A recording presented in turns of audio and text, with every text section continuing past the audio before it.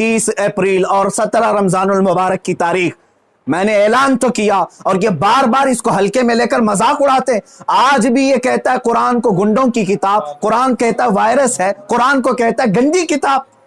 کہاں مر گیا تمہارا ضمیر؟ کہاں مر گیا؟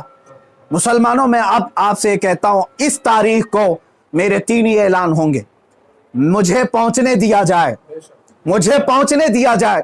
اس سے پہلے اگر گورنمنٹ یا ان کے کوئی بھی دباؤ میں آ کر کے اریسٹ کرتے ہیں، اسی دن سمجھ جانا ہے مسلمانوں اسلام کی فتح ہو چکی ہے۔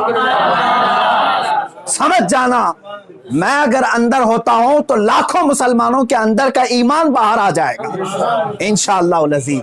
یہ ایک بات یاد رکھ لینا۔ دوسری بات، اگر اس تاریخ سے پہلے حکومت اسے اریسٹ نہیں کرتی، جو روزانہ آج تک کھلے عام اس طرح کی گستاخیاں کر رہا ہے، حد ہو گئی، حد ہو گئی۔ یہاں پر ہوم منسٹر پر کوئی ٹپنی کرے تو جیل میں چلا جائے، اور یہ مسلسل 1.5 مہینے سے مغلظات بک رہا ہے، پخانہ اگل رہا ہے، اور کوئی کچھ نہیں کرتا، اس کو پوچھتا تک نہیں اس کو۔ اور اگر اس تاریخ تک یا تو اسے اریسٹ کرے، یا تو پھر اس تاریخ کو پورے ہندوستان بھر کے مسلمان کوئی بھی اپنے گھر میں نہیں بیٹھے گا انشاءاللہ۔ میری اس بات پر لبیک کہتے ہیں آپ سن لیں، اس لیے کہ اب یہاں پر ہماری زمین جائیداد کا مسئلہ نہیں ہے۔ یہ مت سمجھ لینا یا زمین مانگنے کے لیے آ رہے ہیں، حقوق مانگنے کے لیے آ رہے ہیں۔ ارے میاں، اب تو ہمارے جڑ کی بات آ گئی ہے۔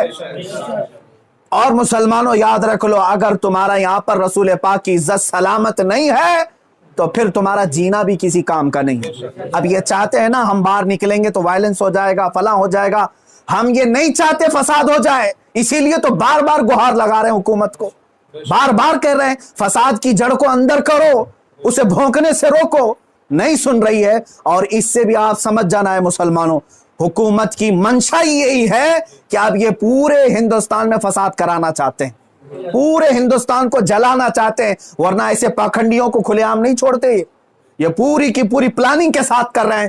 اس لیے اے مسلمانوں، آج تمہارے امتحان کا وقت ہے، آج تمہارے امتحان کا وقت ہے۔ آج اگر تم اپنے گھروں میں چوڑیاں پہن کر کے بیٹھے رہے، یاد رکھ لینا بعد میں آنے والی نسلیں تمہارے منہ پر تھوکیں گی، تمہارے قبروں پر اینٹ پتھر ماریں گی، اس لیے کہ یہ نبی کا غدار ہے۔ رسول پاک پر بھونکنے والے کو بھی یہ پوچھ نہیں سکا، تمہاری نسلیں بعد میں تمہیں یاد کریں گی اس طرح سے۔ یاد رکھ لینا، یہ تاریخ یوم بدر کی جو آئے گی، یوم الفرقان 17 رمضان کی، اس دن ہر مسلمان کا کلیجہ دہل جانا چاہیے۔